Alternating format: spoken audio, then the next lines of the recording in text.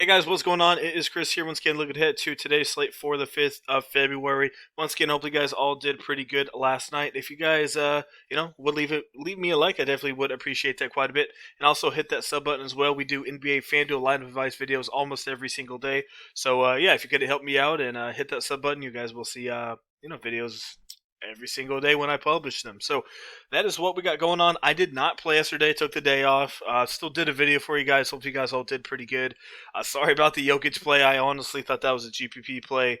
Like I said, in cash games, Joel Embiid was the way to go, but maybe go different with Jokic. And yeah, unfortunately, that just wasn't it. But that's what happens when you take chances. So some crazy scores out there. What it was like, cash line was like 326 or something, and double ups and 50-50. So um, yeah, of course, Kelly Oubre goes off. I've picked him the last two or three times, and he absolutely sucks. But of course, he goes off today, the day that I don't play. So, kind of funny for sure. Anyway, if you guys want to get in on Premium, would love to have you. All you need to do is hit us up on our Twitter. That will be down there in the comment section below. Once you're there, give us a follow. Would definitely appreciate that as well. So anyway, let's get into it here. We do have a pretty nice slate today. So our first game, we got Pelicans in Indiana. We got a 227 in Indiana by 2. So I actually like this game. It's a pace-up spot here for Indiana. So let's go look at the defense for Indiana. And overall, it's kind of been slacking a little bit here recently. Let me go find Indy. My goodness. It's probably right there. All right. My goodness, Chris, learn your alphabet, right? Anyway, so for the most part, they're pretty bad. As we know, they are really good against centers. Small forward, power forwards, and point guards are not too good at it. I mean, even shooting guards are not that great. So 3 points made, they give up 2.8 per game. And so, you could maybe look at a little bit of Ingram to give, quite a bit of points to power forwards and rebounds and blocks and stuff like that. So I really don't mind, having 2 to 3 of these Pelican guys. As I've said before, they don't really have defense right now, and it should be a pretty fast-paced game. So this one's pretty viable. I don't even mind a game stack from this one. Not too high on Lonzo, not a massive upside, but I'm looking, like Zion and Ingram are the two main guys to look at. Even Bledsoe could be worth a look at a GPP at 53. He's been struggling a little bit recently. Keep that in mind. But the two main guys is Ingram and Zion in that one. Let's go look at the Pelicans defense, see who we can attack here for. There we go, for Indiana. So if we go look at theirs, they're good against point guards. But they do give up a lot of 3-point shots to point guards, quite a bit of assists and steals. So that definitely could help fit into Brogdon a little bit. As you see here, small forward, shooting guards, power forward. Overall, they're really not good. So both these defenses aren't that great. So you could definitely look at a little bit of Turner, look at Brogdon, even Lamb's worth a look, and definitely the main guy, Sabonis. Gotta love him. So Sabonis probably my favorite play from this one here. But yeah, you could easily stack 3 to 5 guys from this game at a 227. Both these defenses really aren't that great. So don't mind going that way at all. This should be one of the better games on the slate. Chicago and Orlando. We have a 222 in Chicago by 2, so a little bit of a uptick spot here for Orlando. We do like to see that quite a bit, so I don't mind targeting maybe a couple Orlando guys like Nikola Vujovic here. 88, I think he's worth a look in a cash game. As normal, Thaddeus Young, he's worth a look. He's getting really up there though, but 6'6", I still think he's worth a look in a couple. So always give him a look for some reason. No one ever has him. So Aaron Gordon was out. No one really got a big bump. Birch didn't really do anything. Even Clark didn't do much. I do like Evan Fournier here. I think he could be a half decent spot. I haven't looked at Chicago's defense in a while. See how it's been doing. Overall, middle of the road, they struggle against point guards. So maybe Cole Anthony in cash game, but as normal, Cole Anthony really doesn't have upside at all. Going to get you maybe 25 to 28, and that's basically it for him. But overall, I mean, I don't mind targeting a couple guys, like said Vukovic and Evan Fournier, are probably the two main from that one. Let's go look at the Orlando. I'm just going to go look because I haven't really seen their defense recently. All right, another team, small forward, point guard, shooting guard, that they kind of struggle against. So if you want to, go Zach LaVine. I don't think anyone's going to have him. Let's see how much his price is first. 8-9. Yeah, I mean, give him a look. I'm not too afraid of Orlando. He's been absolute trash, but I could see 40, 42 to 45 in this one. At really low ownership, would I have a ton of him? Nah, probably not. Kobe White, he's been not that great either. Let me see, 31. Yeah, I don't have a ton on the Chicago side. So Vuk and Fournier are the two from this game that I would consider. Toronto and Brooklyn, man, goodness, 242 at Brooklyn by 4. So this should obviously on paper be a pretty good game. A lot of people are going to have this game for obvious reasons. I mean, I don't see anywhere where you can't go here. Obviously, the big boys are pretty expensive. Harden's finally playing, not like you know, not like the old Harden of a couple weeks ago. He's looking good. Usage rate's not as high as it used to be for obvious reasons. He's definitely put out some assists, 15, 11, and 14. So it looks like he's actually being a team player here, over here in Brooklyn. Yeah, I mean, I don't mind, but my goodness, 11K, but I think he's in a good spot. Same thing as Kyrie at 9.5. I think he can easily have a good game here.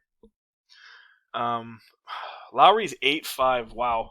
Um, that's a little much for me. How much does he need to hit value here? He needs almost like 41 to 42. Man, I wish he was cheaper. I would put him in there, but I'm not going to have him here. I don't mind Fred. He had 77 last time out, still only 9K.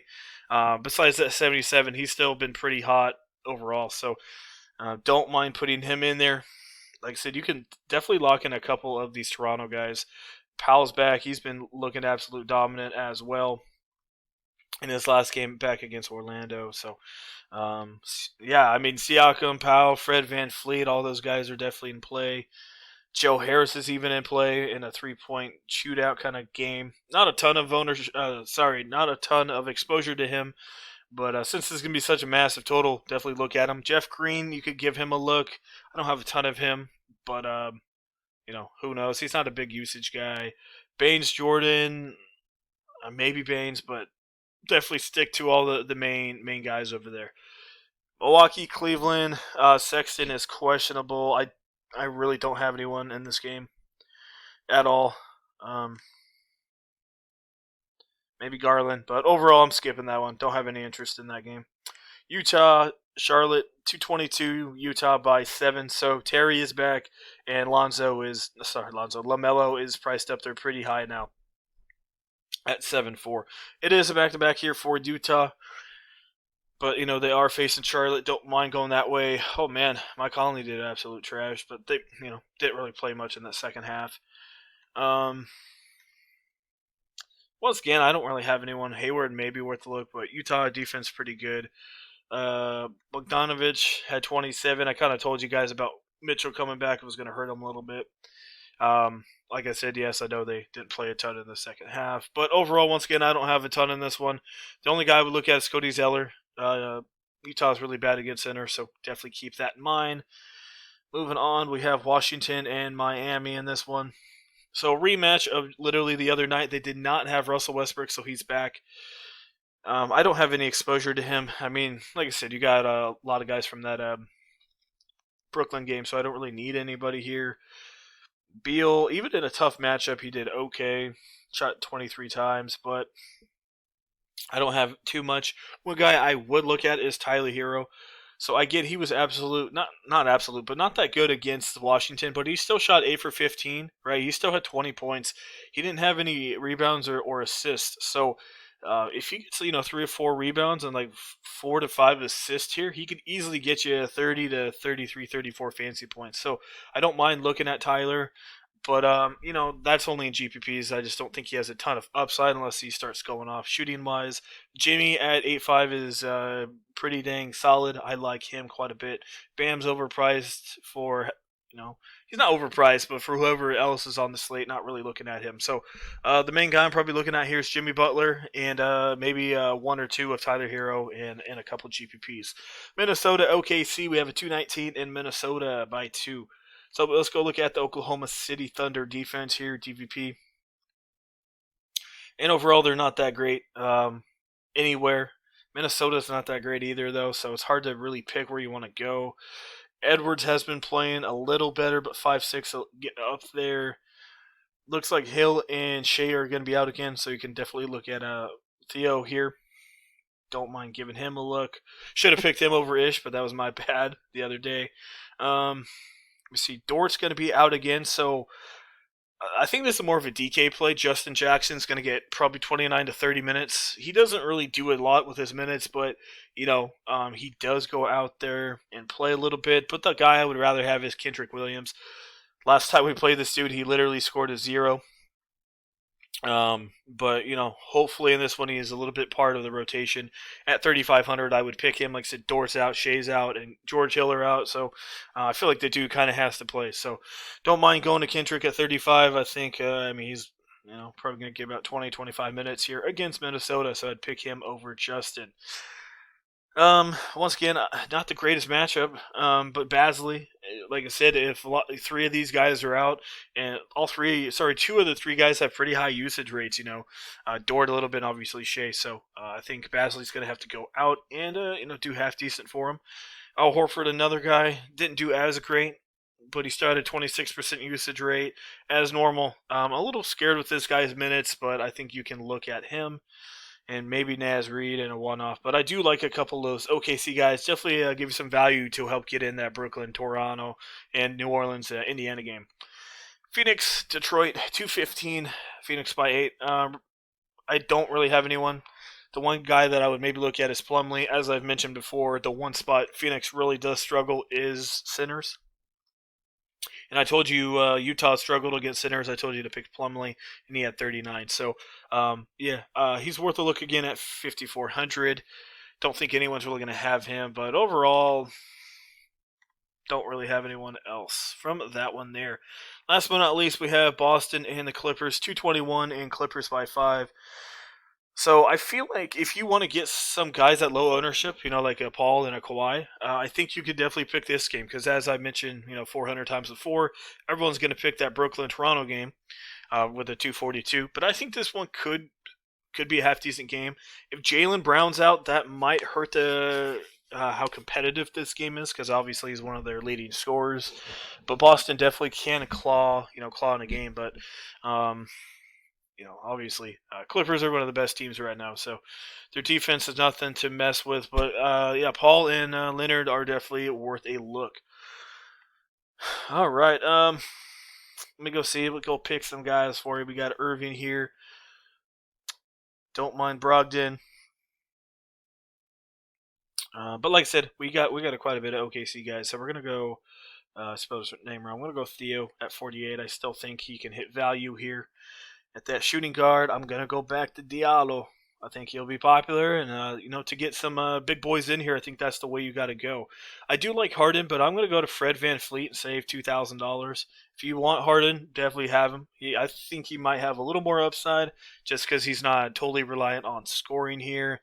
KD hasn't been doing as great recently.